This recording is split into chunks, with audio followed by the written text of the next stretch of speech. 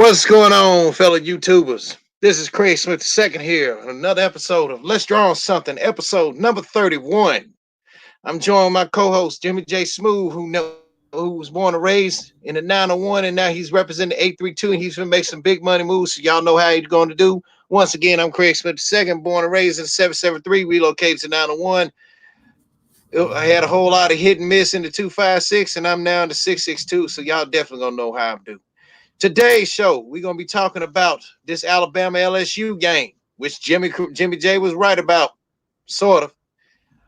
The James Wiseman issue, which is a whole lot of fuck shit going on there, and got the whole nation talking about this, and even has a person that Jimmy J does not particularly care too much for talking about it, and the Beaumont, Texas mom issue.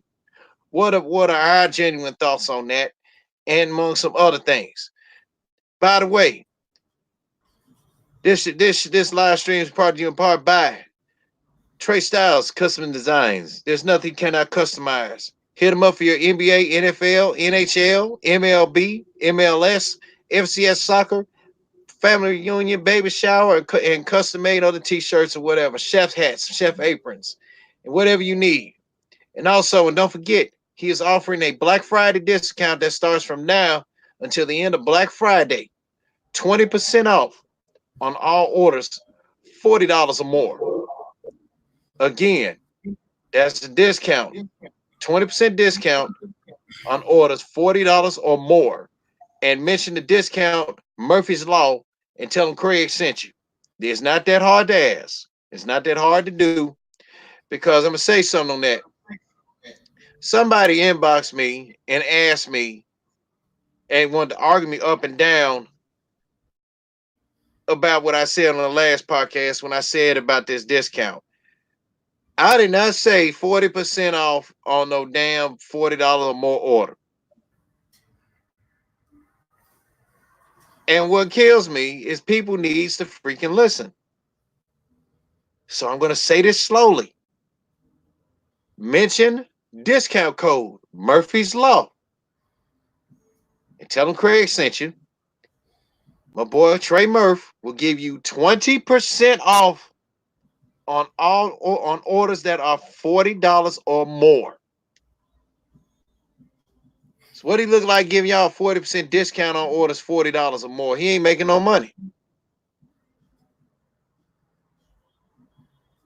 So again, 20% discount on orders $40 or more.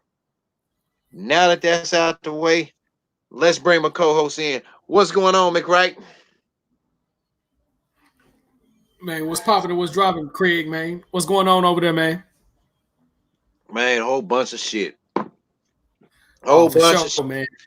Whole bunch of shit. This James Wiseman situation we're gonna talk about right now. But first matter of fact, yeah, we're gonna talk about it now since I blurted it out. As everybody know, James Wiseman at the last minute was ruled ineligible to play because of some fuck shit. Because of some ancient ass fuck shit, which predicates to 2008, in which Penny was. Y'all right over there, man? Come again, brother. Come again, because you're going in and out. You was going in and Yeah. out. Yeah, I was saying this James Wiseman situation, y'all. In case y'all know it, Memphis is number one recruit in the nation. James Wiseman, the center who is projected to go by ESPN. So, in other words, when ESPN, when ESPN constantly keeps barring and projecting you to go number one, they want you to hurry up and go and come on out of school and be number one because they got some money to make off of you. But anyway, well, Jimmy got mic issues. I don't know what's going on. I'm trying to see something. Hey, keep talking. You're talking right now, so just keep doing your thing. Okay. So anyhow, NCAA reveals last night that Penny Hardaway back in 2008 was a booster. A fucking booster. I even talked about this on my video that I dropped earlier this morning. And I think I only had like one view off of that, so I really don't care. But Penny was a fucking booster back in 2008. Wiseman wasn't even in high school in 2008. Correct. Okay, just because Penny saved his money and donated $1 million, what they said for his Penny Hardaway Hall of Fame as a booster. Why is y'all bringing this shit up now? And then gonna turn around and say, uh, 2 years ago, Penny helped, and Penny again was the coach for East High, and said that the fact that he helped the Wiseman family move from Nashville to Memphis, unbeknownst to James Wiseman. Okay, Penny was a high school coach when this happened. Mm-hmm. So now he is the coach, the second year coach for University of Memphis. And then, oh, by the way, they did put a comprehensive timeline. Shout out to that guy Corey Wolf on that one. Um, they named Tubby Smith the coach. Tubby didn't last 2 years. After they dismissed Pastner. And then we didn't hear nothing about James Wiseman until, well, matter of fact, unbeknownst to everybody in the sports world, Jimmy McWright, my guy, Jimmy Jsmoove here, was the one that was telling me about James Wiseman Mm-hmm. and Corey Wolf. Now all of a sudden, also during this timeline, if you all didn't if you all noticed that little fine little italic print underneath, who's the first person to try to recruit James Wiseman? Hey. I'm sitting here with a smile on my face, ladies and gentlemen. I wish y'all could see the smile on my face, but I think the drawing of me does it enough because that's how I'm looking right now. The drawing on my avatar serves it well enough of how I'm looking right now. That's right, John the Crook Calipari, because it's known when he recruits you and you gonna have and when you get ready to play for him, you gonna have to play the way he wants you to fucking play.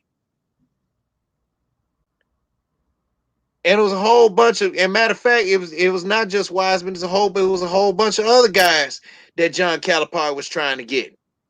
But the minute when Memphis landed Tubby, I mean, when they told Tubby, "Hey, kick rocks, get on out of here." The minute when Memphis landed Penny Hardaway,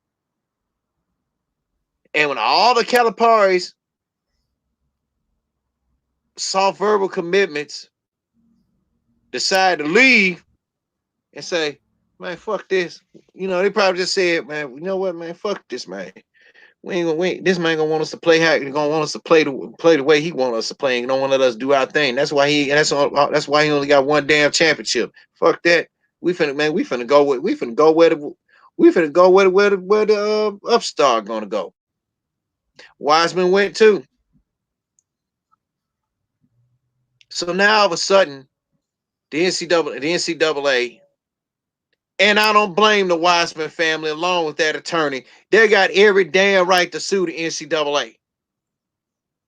And then when I found out the judge is going to seek a temporary order so he could play for the season until this shit is resolved.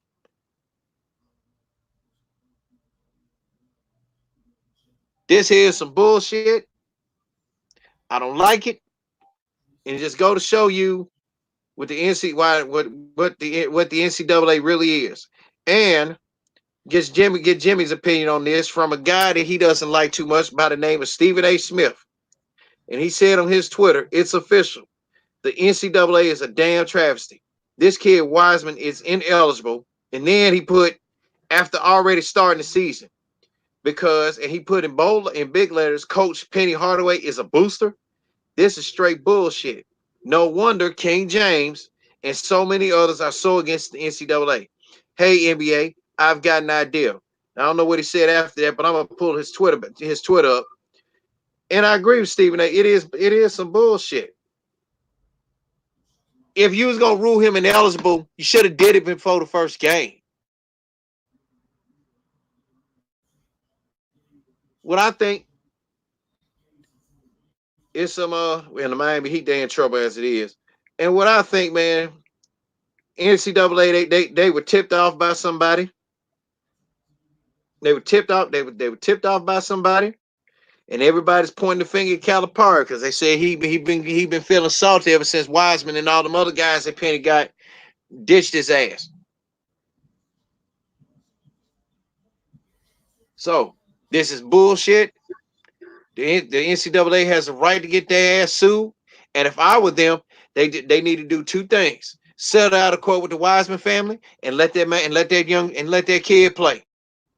Here's And leave Penny hold up and leave Penny the fuck alone. Shit, this is okay. just some bullshit. Go ahead. According to Richard G. Johnson, who attorney, this was retweeted by Sean Gunn, that actually contribute to many local rappers to where they are now, particularly Yo Gotti, as well as I got that kid he was beefing with, but I can't think of him off the top of the head. But he's a local attorney, Richard Johnson. Richard Johnson has made 11 points on why James Wiseman is eligible to play. Number one, James Wiseman is eligible to play because Penny is not a booster. Let me repeat that again. J.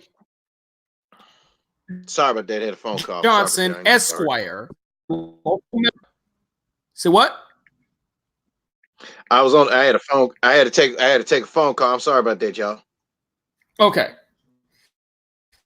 According to Johnson Esquire, he said he is eligible to play because Penny Hardaway, I'm going to repeat this again, he is not a booster. He is not a booster. The NCAA, told a damn lie when he said he's a booster. He's just a alumni, a person who played and who's made a donation. He is not a perpetual booster. That's first and foremost. The University of Memphis are taking a usual stance and doing the right thing to fight back. NCAA Constitution. President David Rudd can determine whether James Wiseman is eligible, not the fucking NCAA. Let's repeat that. It is up to President David Rudd or Dr. David Rudd, if you want to be exact and correct, Dr. decision to determine if he's eligible. Not the insights to bully its members to do what it wants to do. President or Dr. Rudd has told them to pound the salt. So unless Rudd, and so Wiseman is eligible until Mr. Rudd, Dr. Rudd, I'm sorry, Dr. Rudd says he's not. Number 3, James is alleged to not have done anything wrong. James' mother is alleged to have accepted a financial help from his high school coach, who was Penny Hardaway. That is not illegal, immoral, or anything wrong. It is a charitable act by Penny Hardaway. Let me say this shit again. It is a charitable act because he was not the head coach of Memphis at that time. What the fuck are these people talking about? Yes, I'm going to go off. It is a charitable act. He is not a fucking booster. Now, these 3 sentences alone by Dr. Johnson, I'm sorry, I'm so pissed off, by Mr. Johnson, Esquire, these 3 sentences alone debunks any bullshit that the NCAA have to say. Richard Johnson went to the University of Memphis Law School. I don't know if he's a alumni outside of going to the law school. I can't think of the Hubert something. I don't give a fuck. But he went to the law school at the University of Memphis, and he's a local attorney, very respected attorney in Memphis. Penny was not a booster, which is defined as person who made financial contributions. Plural. Jay Billis, suck my entire dick, bitch. Suck my entire dick, you fucking bitch. I'm getting sick of fucking motherfuckers. I'm getting sick of motherfuckers. Yes, Jay Billis. Tell Jay Billis to suck my entire dick from the mushroom of my dick to my balls, ho. Damn. Yes, ho. Damn. He was not and is not a booster. I'm gonna let you laugh for a minute. Oh, go. This might. I ain't gonna repeat what he said. Penny Hardaway was not a booster, which is defined as a person that has made financial contributions, which is plural, to the athletic department or athletics of the institution, which he gave to neither. He was also not listed as a booster by the university. This is a white guy saying this. It's bad when white people just keep it real. But I have to give Mr. Richard Esquire his props. Penny gave a tax-deductible $1 million donation based on the 501c3, which still exists by Penny Hardaway, for a Sports Hall of Fame first player to, and then a NBA star, which was a good deed by Penny. And you got a lot of Memphis coons shucking and jiving, talking about people gonna jump off the Hernando DeSoto Bridge. Yes, I'm calling you out. You know who the fuck you are on Facebook. Let's keep this 1,010. Anybody from Memphis, you know, I have a lot of shit to say about Memphis.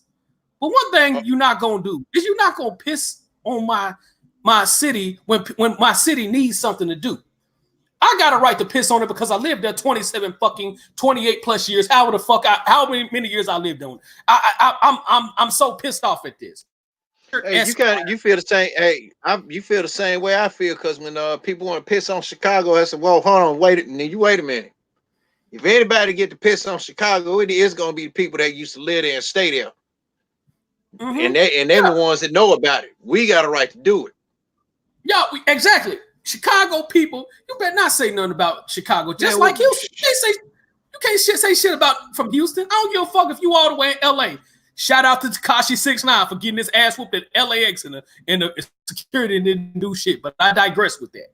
Yeah. Even if he was labeled as a booster by the bylaws that designated or presumed or indefinite as two competing definitions, neither which holds the threshold. So a $1 is the same as $1 million one. Right. And I didn't cut you off. Go ahead. What did you think? Okay, now Stephen A had more to add on that. He said, go ahead. He said, hey, from that first tweet, he said, "Hey, NBA, I've got an idea. Go ahead after all and add a third round in the NBA draft. Just make sure to create a route where kids can finish their education, plus have an insurance policy for potential injuries. Enough with the NCAA. They need to go. They make me sick. Why the kids start the season?" Exactly.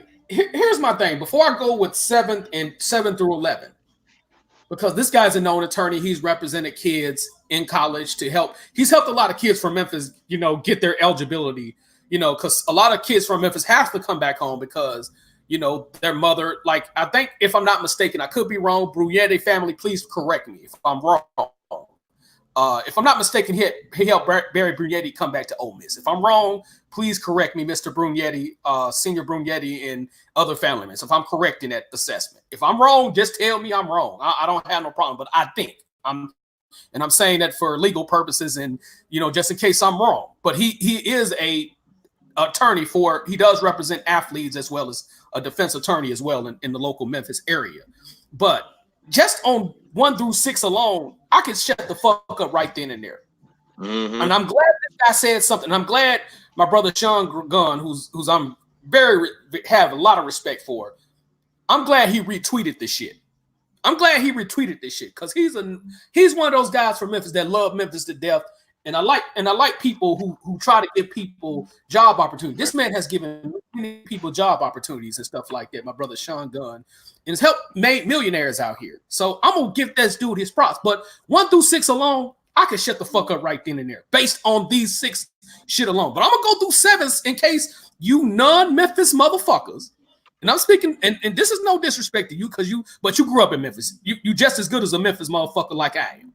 So I'm gonna go do 7 through 11. Also, since no one stays in the man-made category forever, which are factors to be considered when a booster status is stated, without a threshold or duration, there is no enforceable definition which is construed against the NCAA by a court. Now, if you some of these words are conservative English, so and Fanon International, who's a member of the LDBC, can go to him, do the replay from 1 to 11. He can actually tell you about the legal definitions, because a lot of this is legality definitions, and a lot of you guys might not know what the fuck I'm talking about. But some of this should be common sense and straightforward. Boosters can only violate the bylaws of Chapter 13 on recruiting and 16 benefits on enrolled athlete. Penny Hardaway. And this is what I said again. Nick Rose. Or you motherfuckers, you Jay Billis, dick sucker, you Dookie Stick University motherfucker. And this is no disrespect to Coach K. I love Coach K to death. I just don't like Doo Stick University. Please don't get this misconstrued. I fucks with Coach K. Me too. With his respect, but we don't fuck with the Fluke Devils. We don't mess with the Fluke Devils, the Pukesters. So please don't get this misconstrued. Maniacs.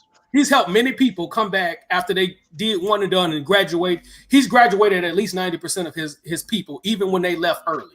So I'm not even gonna piss on Coach K at all.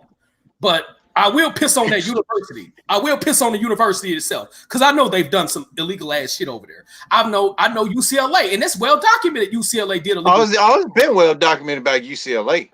It's well documented. How do you think they got Kareem Abdul-Jabbar over there? Yeah. Let's go there. We can go there if you want to go there. I can go hard. No, but it's documented, dog. It's well documented. They had a car dealer up in LA that was getting, like, when they didn't have the talent up in LA, because LA didn't have to really recruit nationally, but when they did, they paid some kids off from on the East Coast to come down there, like Kareem Abdul-Jabbar. You know what I'm saying? They paid him. From my understanding, they paid his family off. From my understanding, they paid Mike Bibby's dad, Henry Bibby, to come, because Henry Bibby is from North Carolina. He's not from Los Angeles area. A lot of people don't know that. Most of the team was from Los Angeles, but he's from North Carolina. He stole Henry Bibby from North Carolina. Henry Bibby was supposed to go to North Carolina. Wow. Yeah. He's from North Carolina. and it is documented that they paid the Bibby family off. It is documented. You know what I'm saying? So let's just keep this 1,010. So but let me continue. I was on number 8. I'm sorry. I was on number 8. If I'm repeating this again, please forgive me. But boosters can only violate it on recruiting 16 on enrolled athletes. Penny Hardaway was a high school coach when he gave the high school players' mothers money to help with moving costs. So even if he was a booster, neither of these would apply. Let me say that one more time. When he gave Mrs. Wiseman, I don't think that's her real name, but I'll say Mrs. Wiseman for the sake of conversation. When he gave her the money to help with moving costs, even if he was a booster, neither would apply. We're talking to an attorney.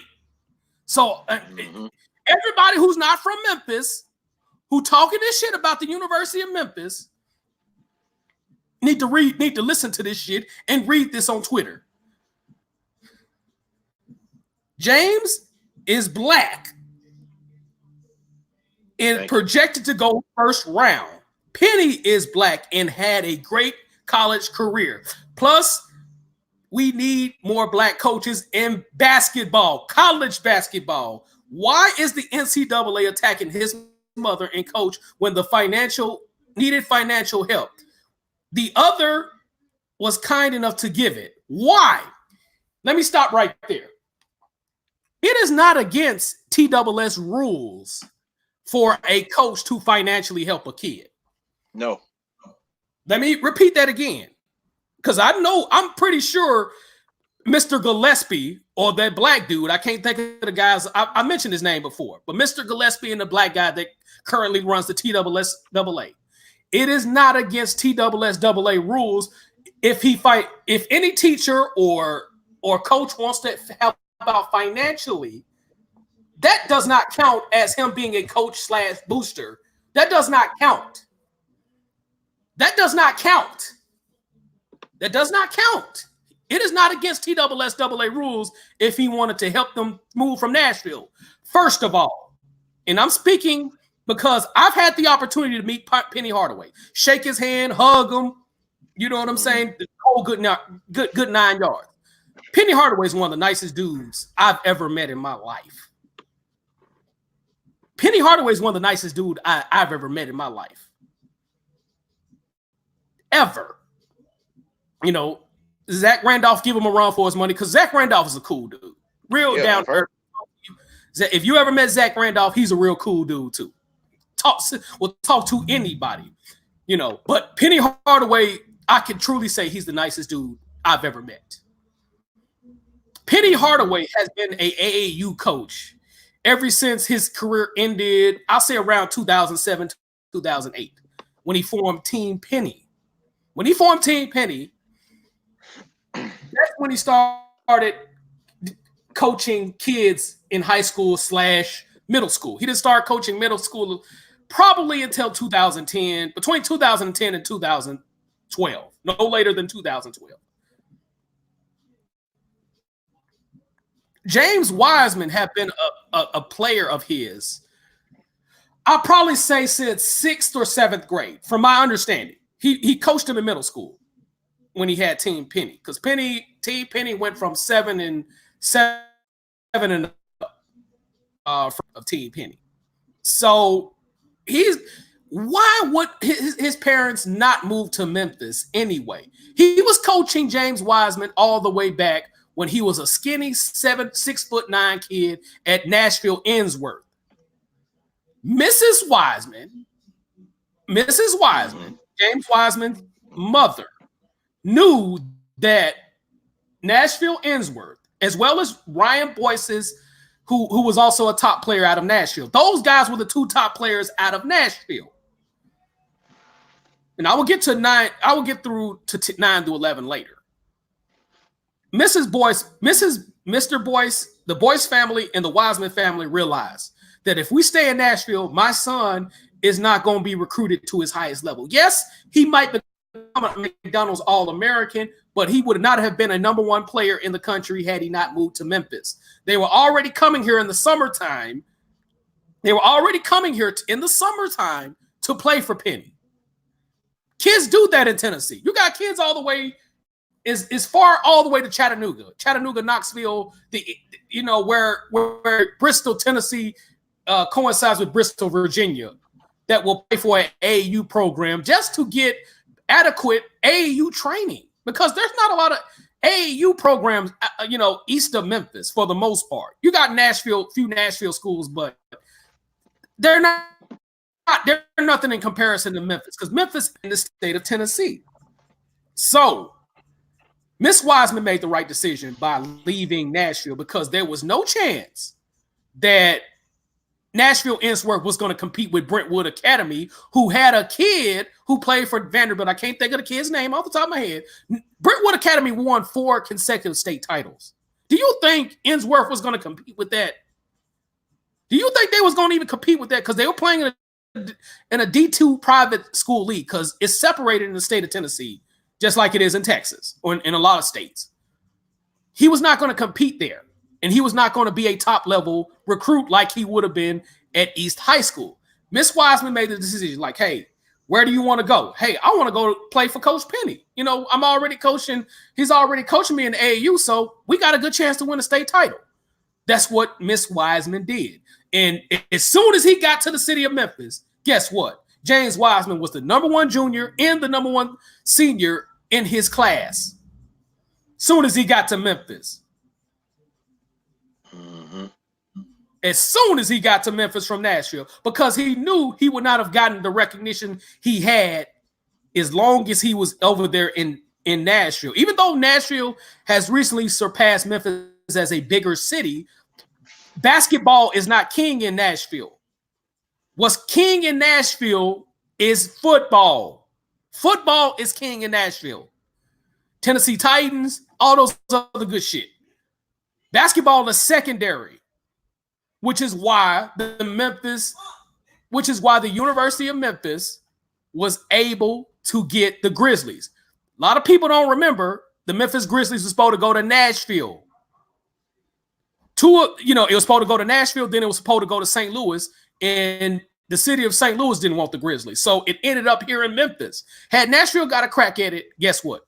Nashville would have probably gotten the Grizzlies had they put the same money they put toward the Tennessee Titans. But nevertheless, his mom realized that he was not going to get no play in Nashville. So she came to Memphis.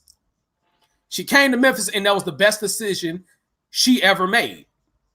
So let me finish with this point, and then I'll okay. Both Penny and the university's actions claims against the University of NCAA for breach of contracts and tortuous interference with contact. James' mother has a claim for invasion of privacy. Any claims will be tried in state court in Memphis, and the NCAA, according to Mr. Richard Johnson, Esquire, would be hammered. The Texas hammer. They would be hammered legally. Here's a question: do the NCAA want that Esquire smoke personified? And Leslie Balin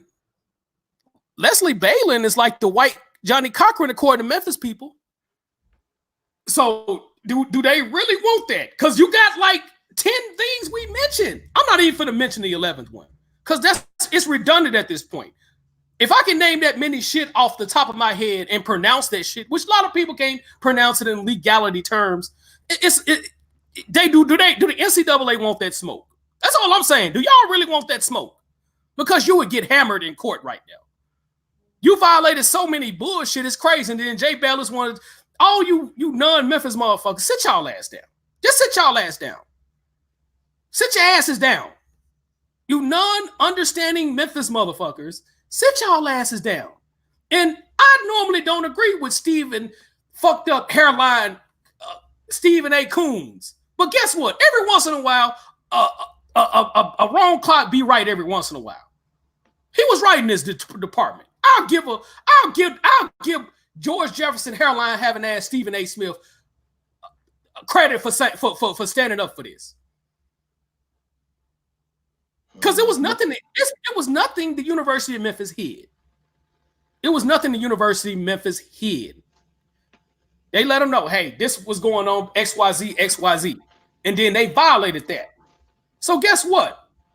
If the NCAA want that smoke from the University of Memphis, just based off on a credible attorney in the city of Memphis, a lot of you people with money have heard about it.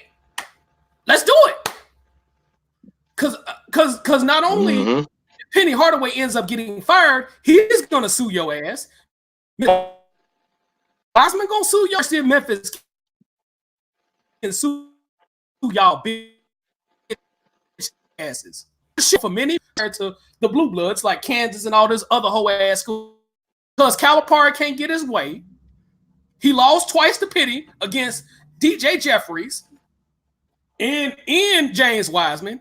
Y'all want to go against Memphis? Let's bring it. Because we got plenty of attorneys for you hoe ass motherfuckers. That's the reason why NBC got a new series, if it ain't already on, called Memphis Law. And I don't watch TV like that. Well, they said they wrapped up the first season filming here. Okay. But and that's NBC with the shit because everybody loved the show because it was all authentic, and they said I gotta look at it because they said something about Jimmy Smith's character. Bust out, he told this one dude talked out, got all fresh over him, talking shit to him. And I think they said Jimmy Smith's character said something, man, you better, hey, he said, hey, I'm from South Memphis, so you better back up. And it said it was just the way he did it, like when he got up from the chair, like he was about to raise up, dude, step boggled down, like, yeah. Well, He's from shout out. South. Yeah, but Jimmy Smith, I mean, yeah, if they need to come out with a season 2, because NBC is good for canceling shows that are good for some motherfucker shit, like they did Morris Chestnut show. That shit was fucking good, and then it wasn't even renewed for the second season. Yeah, and that's good for the city because it generates revenue for the city. And Memphis needs as much revenue generation as possible so we can get that city situated.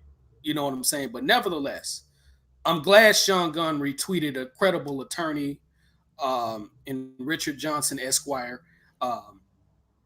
We need to get this shit resolved. Because like I say, if he ends up ineligible for violations they committed, the NCAA committing, including legality, like this man said, we finna get them holes out the paint. And I'm not gonna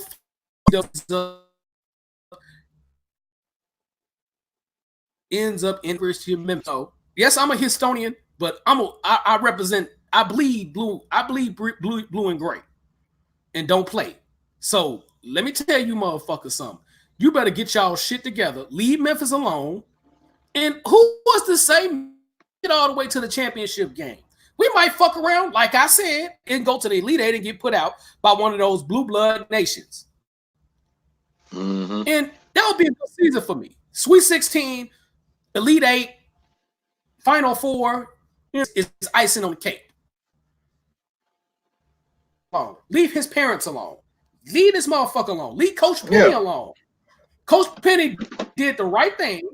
Coach Penny was not in violation of any law because he was not the head coach of the University of Memphis. Had he been the head coach of the University of Memphis prior to him giving that $11,000, yes, he would have been in violation. But since he was not, and he's not considered a booster, and since it was not a conflict of interest, like this man, this lovely gentleman had said, "Oh, bitch ass down." Enough talk when it comes to that. Agreed, man. Everything Jimmy just clarified everything that was just said to a fault, to a T. Now,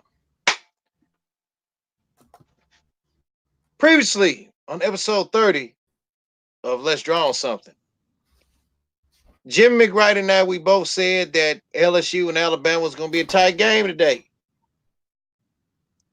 Jimmy picked them by a touchdown. Yes, I picked them by 3. Well, we shit the bed on it. LSU beat them by 5. I was close. But as much as Jimmy J has pure, unadulterated, unfiltered disdain for Ed Ogeron, I got to tip my hat off not only to him, but to the offensive coordinator, Steve Ensminger, and to Dave Aranda, the defensive coordinator. Because LSU took advantage of Alabama's fuck shit they started with in the beginning. LSU did not commit any turnovers. They didn't commit a shitload of penalties like Alabama did. I mean, this had to be one of the most well drawn up plays, game plans that I've ever seen. Forget Dabo. Now, we've got a lot of love and respect for Dabo. Here's the difference. Clemson beat our ass. LSU methodically. Alabama beat our ass. I mean, Alabama beat Alabama. And LSU took advantage of it. And Jimmy also said in the program, it may be a different outcome depending because if Alabama start with the fuck shit. Well, Jimmy may need to start a psychic hotline because he was correct. Joe Burrow went ham on the ass for damn near for almost 500 yards. Pull up the stat. He almost went up for he almost threw for 500, 400, a little bit over 400 yards. Let me go back to it. Uh, and Tua had 400 some yards. Now Tua, he got something with his ankles, bro. I got to question his durability issues. That's the way I see it. He got some durability issues there. But that's one thing. He got durability issues. I mean, he had surgeries on both ankles. He had, he got a lot of durability issues on there. Now, what I didn't, and then here's my thing. Why would you carry the football with your non-dominant hand? Okay, Joe Burrow had 393 yards, 3 touchdowns, no interceptions. To Tua's 418 yards, 4 touchdowns, 1 pick. Clyde Edwards-Helaire had 20 carries for above 3 touchdowns. Najee Harris had 19 carries for a touchdown. Jared Judy had 7 catches for 213 yards. LSU's leading receiver, well, really, just was the running back, but he only had 77 yards. But damn,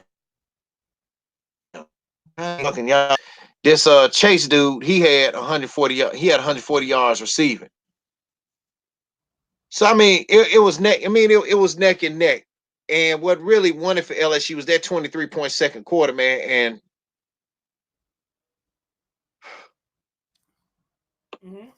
Jimmy. Damn. That you gotta admit it, man. You come on, you gotta set your hate aside. You gotta set your hate aside for Ed Orgeron for this one instance now. Man, fuck Ed This was Orgeron, the best game. This was the best game. Okay, I know that, but you got to give it to him, man. This is a perfect ass game plan he put on Alabama. Now I will say this: LSU is the first team to beat it. Well, because they talked about it, they have beaten more teams in the 10. That's in the top 5 and the top 10. Okay, yeah, they beat more teams right now than the 95 Nebraska team. I will say that. I think the 94 Nebraska team, where they had 4 or 5 teams that whose ass they whooped out in the top 5. Okay. And everybody that want to hate on Alabama, especially a certain Miami Hurricane fan and a certain Florida State Criminal fan. Let me ask y'all something. Don't y'all wish y'all had a coach like we do? Where he at anyway? I agree. Never has both teams have been going through more interim coaches. Well, with the exception of LSU with Ed Orgeron, because I knew, matter of fact, Les Miles fired himself. Les Miles had fired himself in that game against Auburn. And when Orgeron took over, I said, they might well gonna make Orgeron the coach. Miami went through how many coaches now? What? 3. Al Golden, fucking Mark Richt, and now they got Manny Diaz. Florida State went from Bobby Bowden to Jimbo Fisher to Odell Haggins, who's the interim coach again. Well, who's the interim coach first time, to Slack Willie Taggart, and back to Odell Haggins. Hold on for a second. I gotta take a phone call. Hold on, just continue talking, but let me take this phone call because my brother's calling. Okay. While Jimmy's doing that, y'all, but I gotta hand it to LSU. I mean, they play good defense. Bama's defense was really the deciding factor as well, because They played like shit. Bama played like shit. Bama's defense played entirely like pure shit.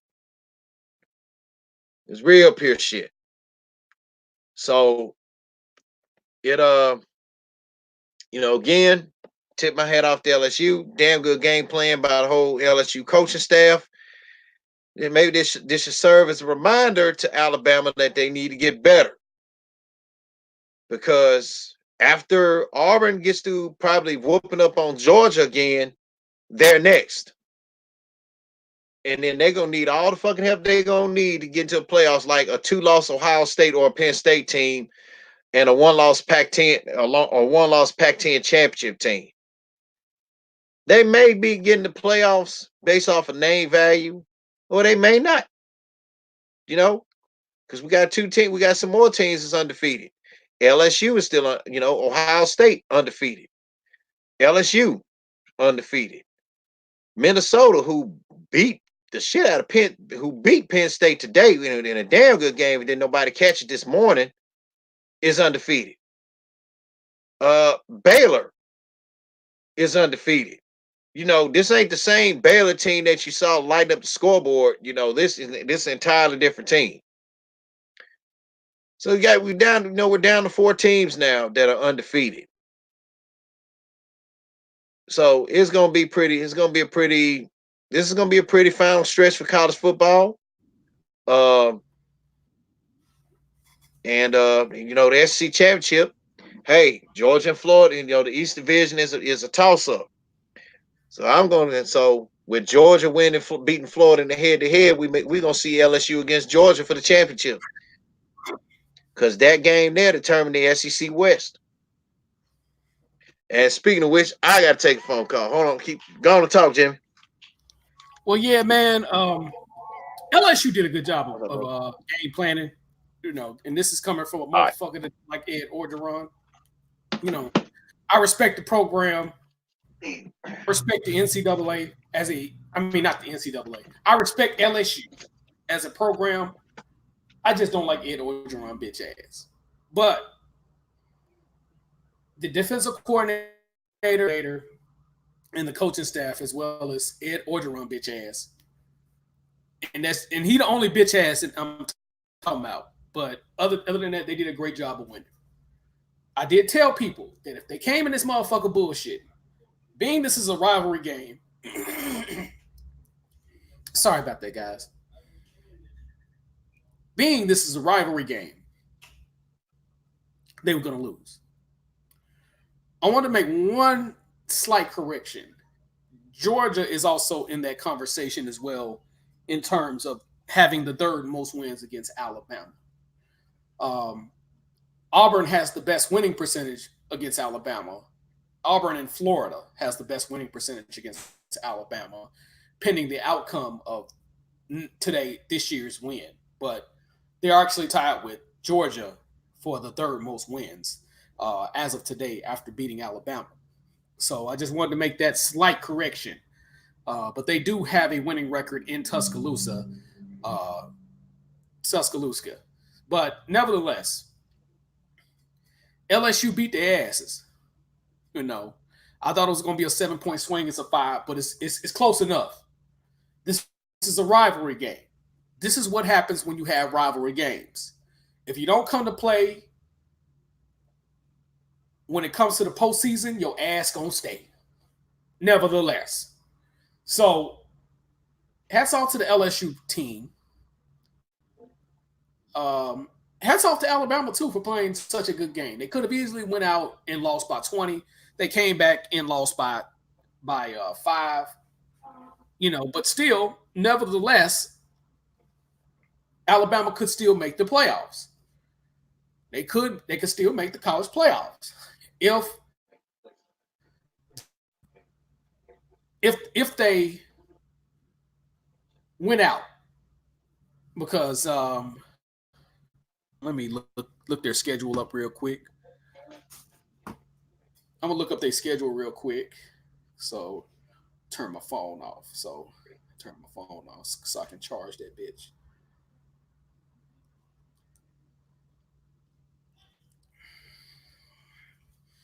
we're gonna look at Alabama's last games of the season. Uh, I wanted to make this point before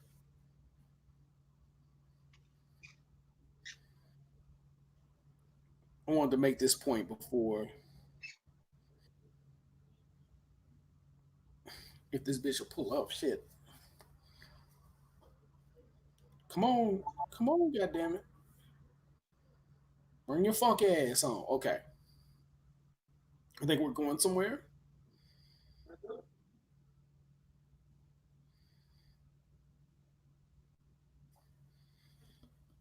Excuse me for a second, audience.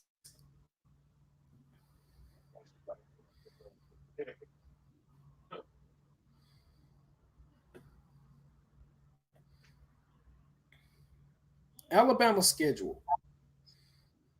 Okay.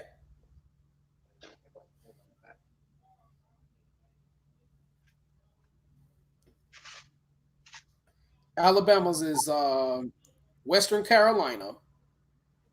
The first game will be Mississippi State. I classify that as a win. The next, Keep talking. the Alabama plays Mississippi State, Western Carolina, and then Auburn for the last game of the season. So their next three games should be easy work. You know, happens in the AC, but Auburn is always going to be a tough rivalry. Being at MOC against Alabama. Uh, if they win again, they will be one win away from having the most wins or tied with the most wins against Tennessee. So, nevertheless, Alabama could still sneak in the playoffs if they win out. It's not the end of the world. It's early November that they lost. It's not late November that they lost. And in some cases, if it's late November, they still probably get in because Alabama has the best fan base in all of college football. Because most teams, their fan base is state based. All right, I'm back, man. Had Not to do two things. nationwide. Yeah. Yeah. But Alabama recruits all over the country. Even though some of their best players are from the state of Alabama, they Hey, what's up with your mic, bro? Because it fan. But Alabama, if especially in the I don't know what's up. It's probably your color because you're in and out. Nevertheless. Okay. Nevertheless, right. Probably still get in. They will, but it is a good. They're going to probably still get in. So teams that are undefeated, like Ohio State, Clemson, it won't be a good look if they end up letting those guys in from the outside looking in. So, again, congratulations to you. Because Wake Forest lost and having the right game. Yeah. LSU. Go ahead. And you know, like I said earlier, before I got the phone call and I had to step out for a second. Alabama's defense is at fault here too, because I was saying Alabama's defense was at fault too. Yes, sir. You know, I'm gonna bring that point back up again because it's like they weren't trying to pressure. They weren't trying to get to the quarterback enough. All they wanted to do was just play just basic man. I mean, when you going up against a quarterback like Joe Burrow, excuse me, you gonna have to run a whole. You gonna have to mix it up. You better be like you gonna have to be like Bill Belichick. You want to deal with a mobile quarterback, man. You gonna have to put your defensive ends in a contained assignment. What they call it, quarterback contain and the contain. That's just still the same way, or something. Because you're gonna have to put that. You're gonna have to put you're gonna have to put pressure on the QB, man. And they didn't do enough. Now LSU, yeah, they brought the heat to two. That was a damn good game plan by Dave Aranda. And they say Dave Aranda the highest paid defensive coordinator in college football. Well, yeah. And this dude's track record, um, and looking at LSU's football coaching staff, dude, they got some pretty good guys. They got Vance Joseph's older brother. He coached the wide receivers. Now Dave Aranda, now he been around for a while, and he think he just turned 40. Think he just turned 41. He'll be hitting 40 soon, if I ain't mistaken. Now looking at his coaching experience, from 96 to 98, he was a graduate assistant at Cal Lutheran. 99 to 2001, he was a graduate assistant at Texas Tech. From 2002 to 2003, he was Houston's linebackers coach. Then he went back to California Lutheran from 2005 to 2006 as defensive coordinator. 2007, he was the Delta State co-defensive coordinator. 2008, 2009, he was Hawaii's defensive line coach. 2010 and 11, he became defensive coordinator for the said school. Utah State, he was defensive coordinator in 2012. And from 2013 to 2015, he was Wisconsin defensive coordinator. And at the start of the 2016 season, he was LSU's defensive coordinator. That's Dave Aranda's coaching resume. And he said he started coaching after he had numerous surgeons that studied his into his career. He got a degree he got a bachelor's degree in philosophy at Cal Lutheran, and then he got a master's in interdisciplinary studies at Texas Tech in 2002. So dude got a pretty impressive track record, man, and gotta give it to him. He brung the heat on Tua. He stuck his gun like he said he was gonna do. He was gonna bring the heat on Tua to test that ankle. And Tua would be noticeable. He was limping off. He was limping off. So that ankle is not better. Now, do I think they could have had a better chance of the backup who played pretty good? Yeah.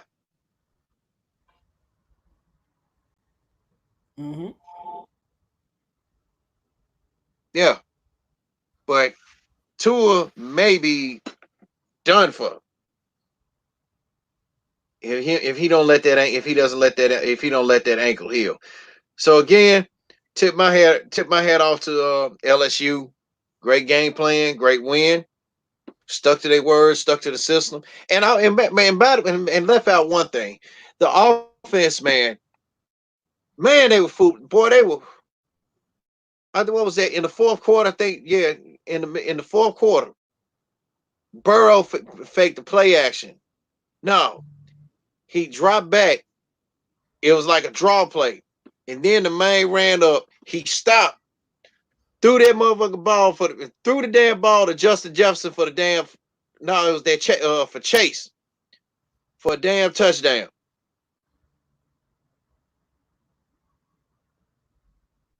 Now that was smart. A fake quarterback draw to the pass.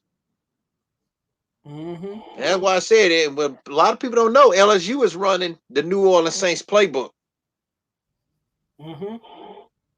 Look at it. Look at what New Orleans running. What the Saints running. Look what LSU running.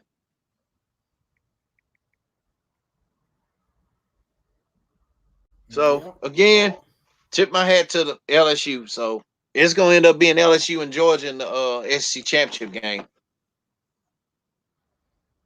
Oh yeah. Because like I said, because Georgia got to travel to Auburn next week, and then after that, probably a cupcake fill-in game for both teams, and then Auburn and Bama. Yeah. So, all right, man. The Beaumont, Texas mom that was caught on video whooping her son. And now Child Protective Services has gotten involved, and Jimmy J reported earlier that they had That child protective service had taken their children away to not only 5-year-old but a 12-year-old and a 4-year-old. Am I correct? Yes. Mm-hmm. And it was also they also pointed out uh somebody had a picture of that shit. They also pointed out said while folks was filming that video said did anybody pay attention to what the little boy was wearing? And said it looked like he wore some pink socks that looked like they were too big for his feet. They were slashing off his feet. Some ankle beater pants, and then he had on a sweatshirt that looked filthy, and his shoes as well. Now, I shared Jimmy's live stream on my page, but just to fill everybody in on Let's Draw on something, uh, go back into that and check that out. First of all, whoever the fuck was filming that shit need their ass whooped. That's one. Second, whoever second, the mama was wrong. You know, the way she was talking to the little boy like a grown ass man and shit like that. And Jimmy said it best. It's a way to discipline your parents. It's a way to discipline your parents. It's a way to discipline your children and a way not to discipline them. That she was a prime example of one, bro. And then her response video that she made, she was ratchet as hell on the response video. And the best response that she could have had from that shit was none at all. Period. Agreed. None. She should have just shut up.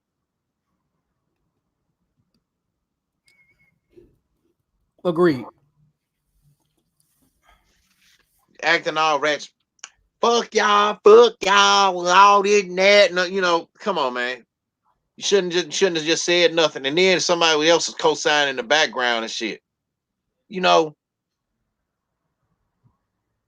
she really made herself look bad at that point on that regard, man. And like you said, everybody got their ass whooped. Hell, when I was little, I got my ass whooped at school.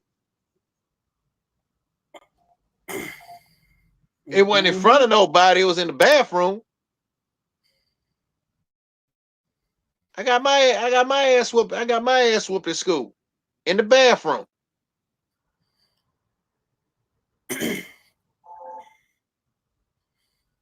Matter of fact, twice in the day. Because then when I got home, I got ass whooping just for inconvenience. The inconvenience of coming up to the school for pops coming up to the school. Yeah. Shit. It ain't nothing new. And then I'm gonna let you chime in on it, man. Today's kids needs their ass whooped. Bar none. They do. Like what you said about your niece, you got nieces and nephews, stuff like that. Hey, I know how to talk to children too.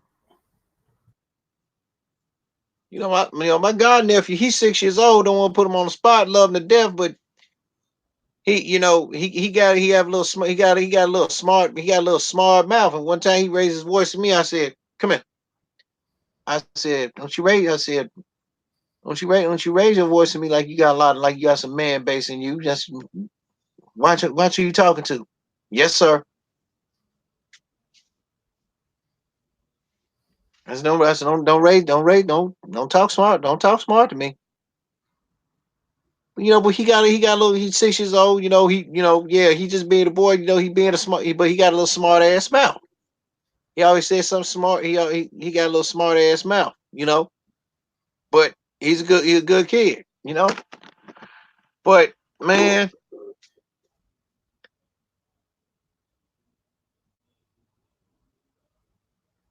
I just I'm just at a loss for words on this shit though. Well, we in the age where we can't. We in the age where parents can't whoop their children no more. That's what it seemed like. I don't think we're at that age. what I think is this woman was completely in the wrong.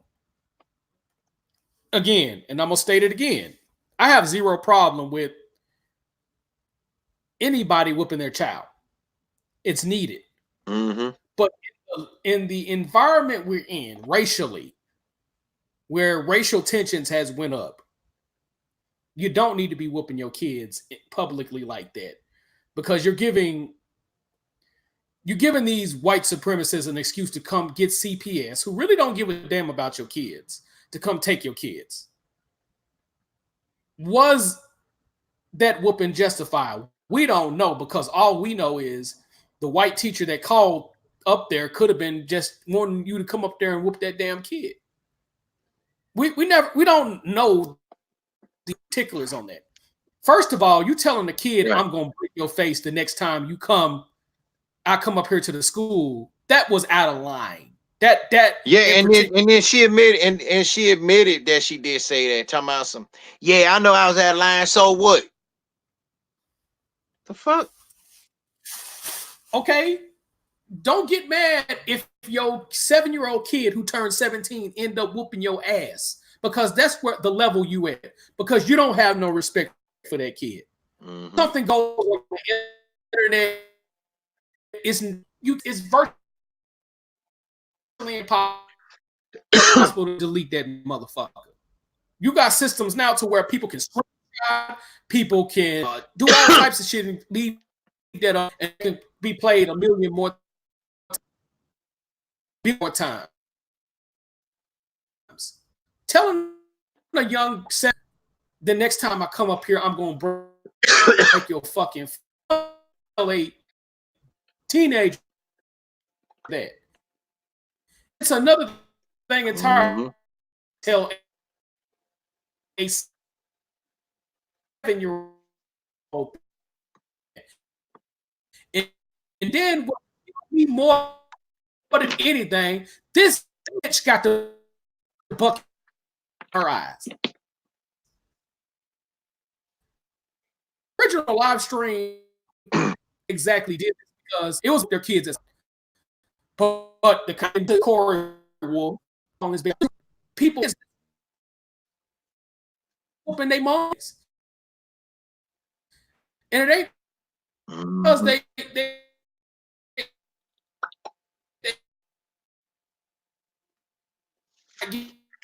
get no ass whooping, because these you're bucking your problem with. I don't have a good ass whooping might save your motherfucking life. Let's not get it twisted. Most definitely.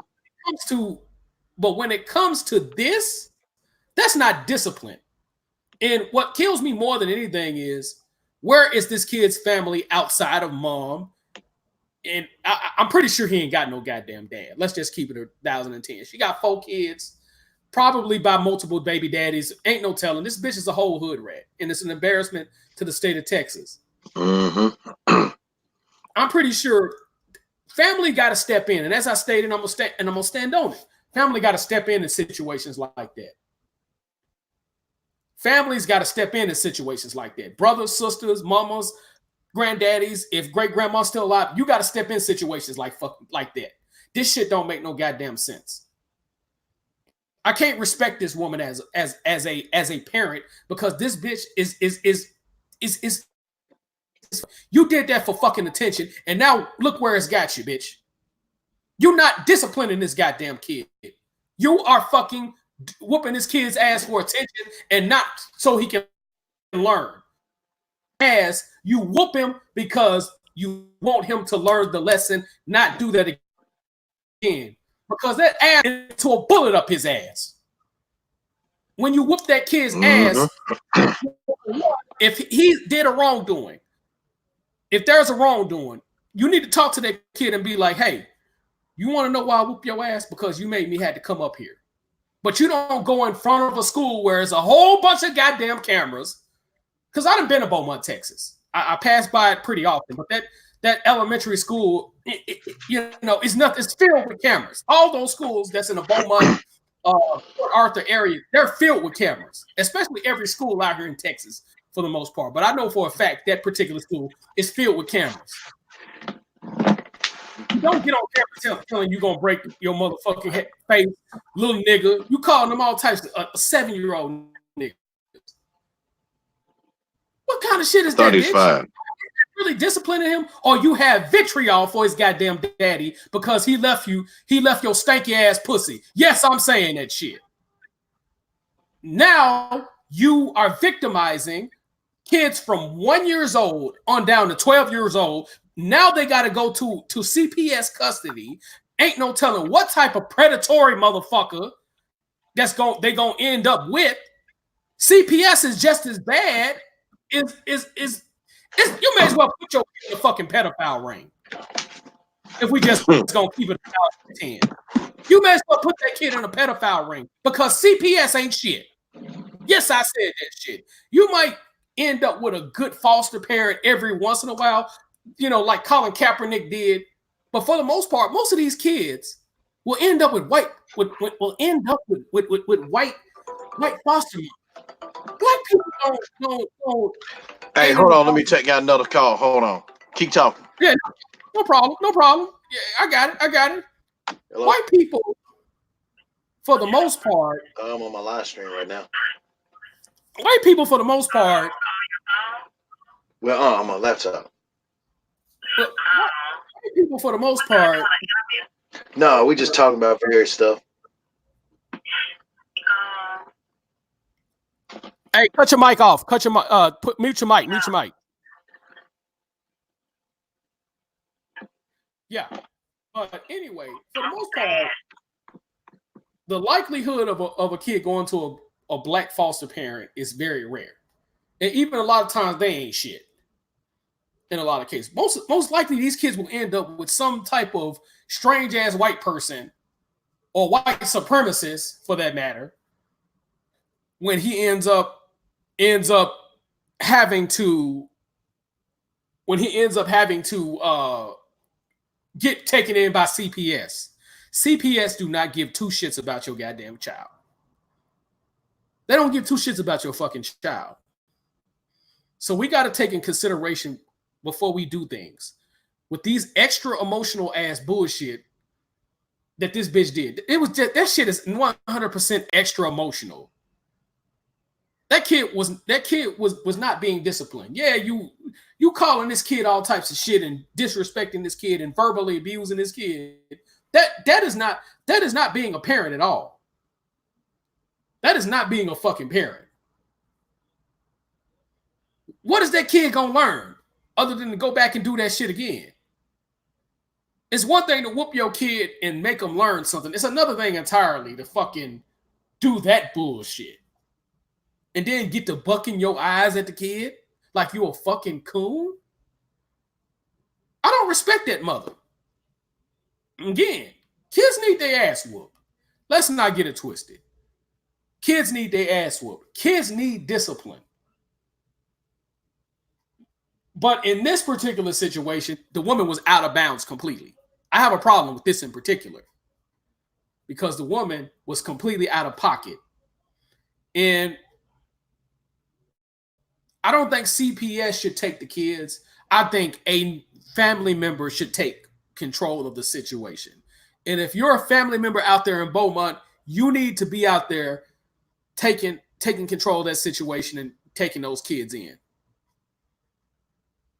Take control of that situation. There's rights. There's family attorneys you can go to. Get your kid, get your nieces, get your nephews, get your grandkids, who's ever in that family.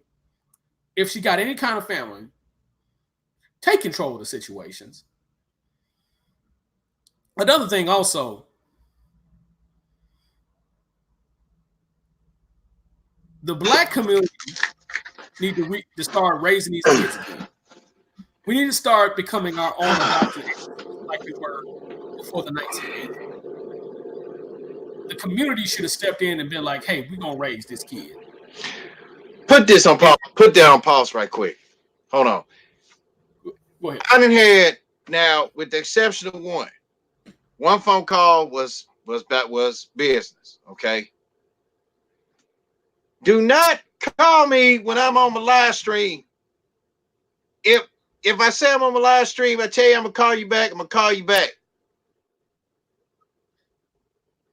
I've Agreed. stated this before. If it ain't business, I'll entertain it. But if I tell you, hey, I'm on my live stream, let me call you back. Just say okay. I don't want to have no conversation with you. Say the conversation to when I'm done. To when I'm done with the live stream, not before. Agreed. Now I done missed out on. I done missed out on some what you were just talking about, man. And then now I'm gonna have to re-listen to the replay because I got you talking on everything. But I caught the tail end of it. I everything need to start going back to the 80s as far as discipline with these children, man. And then mainly it, and I hate to say it, the adults that's raising these children need to be disciplined too.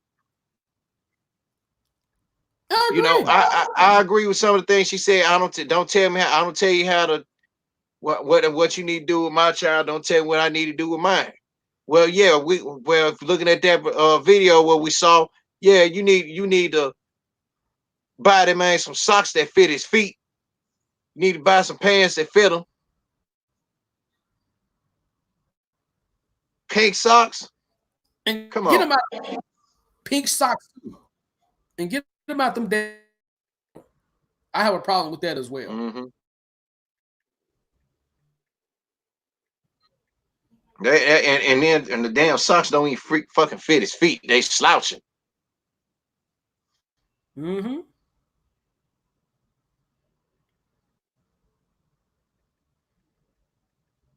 Mm-hmm.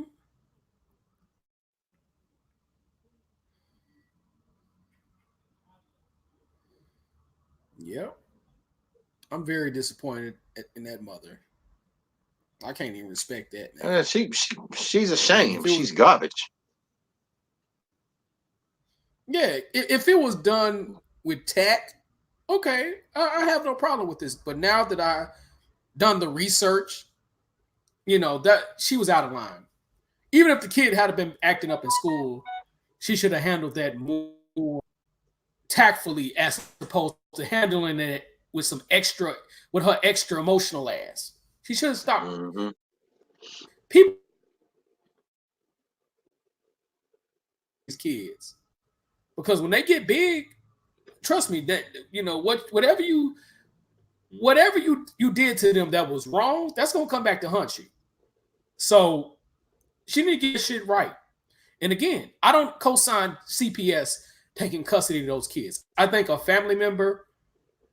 respectable family member should step in and get those kids up off of Mm-hmm. them. And like I Yeah, was because saying before, the like you saying in 80s, your yeah, like you saying CPS will make it tough on them for yeah, the and family. CPS is making it tough on. For the 80s, we had family members that stepped in when kids when they felt like a parent is going to do something crazy or lose their mind. Sometimes the grandparents stepped in. I got you. Let's cool off. We need more of that back in the Mm-hmm. game. We don't need extra emotional ass people having kids no more. The days of that's an embarrassment to black people. What she did was embarrassing, and she raising a future thug. And I'm not trying to call a 7-year-old kid a thug, but that's what she's raising them up to be. And she might end up being a fucking victim. Because what's gonna happen when this kid sees that as a teenager? You think he gonna have respect for you? Fuck no. And you don't deserve fucking respect. Again, I have no problem with discipline.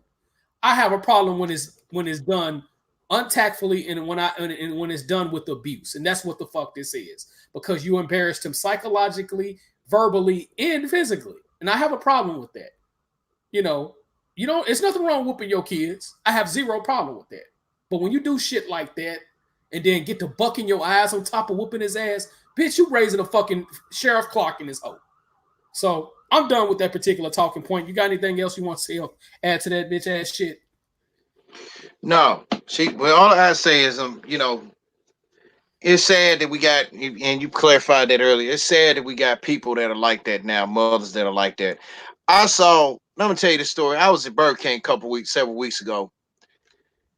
The dad, because I guess the boy, little boy had to run. He had to go to the bathroom. So he said, okay. Okay, come on, or you, or whatever. Now the dad, he coming up there looking all unkempt and shit, and hair all nappy. Hair looked like somebody took several shits on it, just all cuckabugged up and look and all like in a meeting and everything. Face looking all nappy, his hair and shit and pants hanging all off down on his ass. Instead of him just talking to the boy pleasant, man, hurry your ass up. Man, hurry, come on, zip your motherfucking pants up. Come on, let's go. Man, let's go. Come on, man, shit.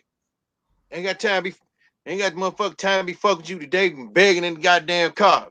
You better be glad you're getting something to eat today. Put your little motherfucking ass in the car. I looked at that man and me and the cashier and me and the cashier looked at the dude, we looked at one another. I was like, okay. And it goes to show you right there, man. Women like her and a guy like that, uh, they don't need to be parents. If you're gonna talk to your children like that, you don't need to be a parent. Agreed. I'm being real. Yeah, so what? I don't have no children myself. So what? Big deal. And so what? Agreed. But when I do, or if I do, yeah, we'll whoop their ass in the school. I ain't gonna talk crazy to them. And then either or. Either they gonna get an ass whooping in school, gonna get an ass whooping at home. I ain't gonna call them out their name, gonna call them out on no nigga, no weak ass nigga, and all this other little shit. You know, if you gotta call your 5-year-old in front of folks, weak ass bitch, and all this shit, a weak ass nigga, or you gotta talk to your son talking about some, like, man, hurry, bring your motherfucking ass on. And Jimmy, I wanted to be honest there. I wanted to say something. But it wasn't my good thing. Well, it wasn't my place, man. I mean, because had I been in the bathroom, he was talking that shit. I'd be like, damn, bro, really? I would have just said on my brother, like, really? You know, if you don't want to be parents, don't go out here making and laying down or laying down making kids. Simple as that. You're gonna have to be worried about fucking child protection service coming over to your house. You gonna have to be worried about making a stupid response video that didn't merit a response at all.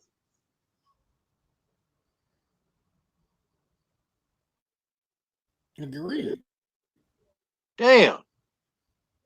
If you don't want to have kids, I say it again. If you don't want kids, don't make no kids. If you want to be a parent, act like a parent. Stay the fuck out these damn streets. Yeah, hell, the street nigga shit is out. You got responsibilities at home. Exactly.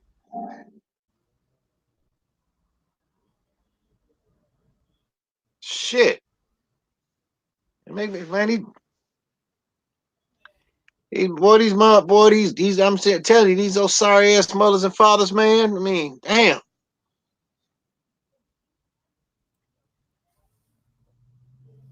And women like that, like her, who make a woman change her mind about having children. Mm-hmm.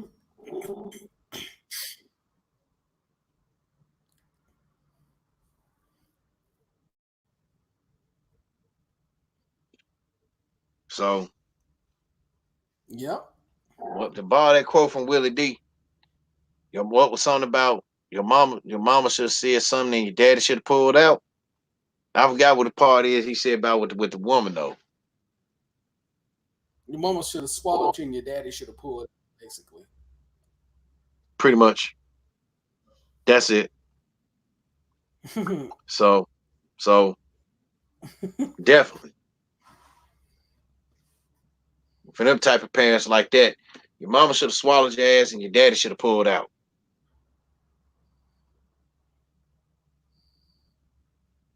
So, them were all the topics that we had to cover there, man.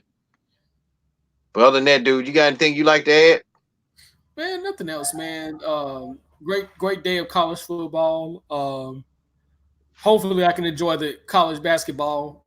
Uh, pending this case, you know what I'm saying. But like I say, if they don't treat this man right, according to Richard Johnson Esquire, it's going to be a problem. You know what I'm saying? But like I say, I will continue to support the University of Memphis in their athletic, being that I'm a homegrown kid out there. But nevertheless, um, as parents, you know what I'm saying, just do the right thing. There's nothing wrong with discipline. There's nothing wrong with whooping your kid's ass.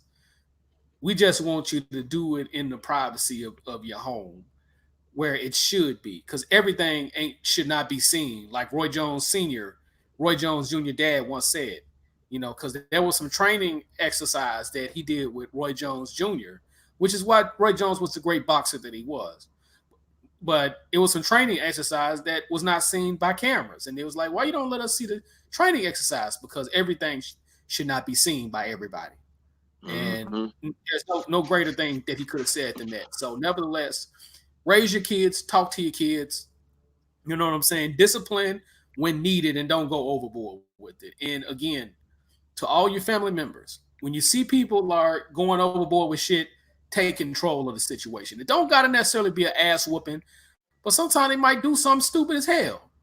You know, so Mm-hmm. just be there for each other's be there for each other's children, because it's not only the parents' job to raise their kids, it's also the aunties, uncles, and community to raise our kids. So let's bring back the community again, so these kids won't have to go through CPS.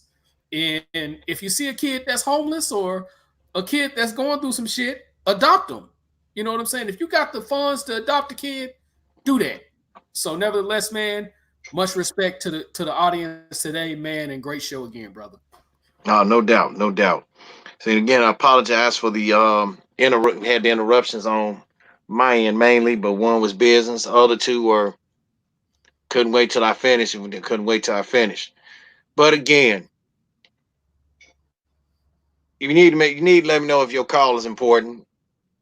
Because the first, other call I had that was business I had to take. That was business related. But the other two, if the call ain't that important, man, just wait.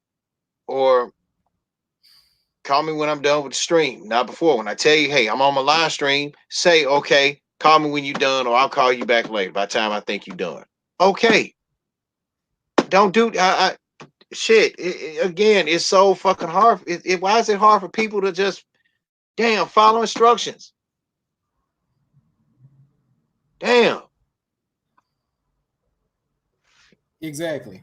Damn, did some people just get, let me leave that alone. I don't want myself riled up on that, man. But No, most definitely, man. I mean, and this is why I put my shit on airplane mode, so motherfuckers won't call. I don't know how you got a laptop. You said that before, but Mm-hmm. and vice versa. A lot of times I have it on airplane mode. My brother, it was obvious because that's the reason why I stepped out for the few minutes I did. But for the most part, I, Right. I'm on the live stream. Don't call me. Just don't. You know, you know. So or it better yet, just text. Just text. I answer a text.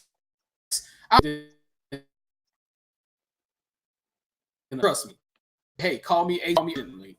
Call me urgent. It's urgent. You know what I'm saying? And that goes for whether I'm at work or on this live stream or busy. Period. Just text me. You know what I'm saying? I'm not hard to access to. I will return your call. And I will, we'll handle business if it's important. So, nevertheless, man, it is what it is, brother. Mm-hmm. No doubt. Well, and that y'all. With that being said, on behalf of Jimmy Jsmoove, this is Craig Elsmith II, signing off. And stay tuned for episode 32. And we catch y'all down the road. Later, y'all. Peace out. Peace.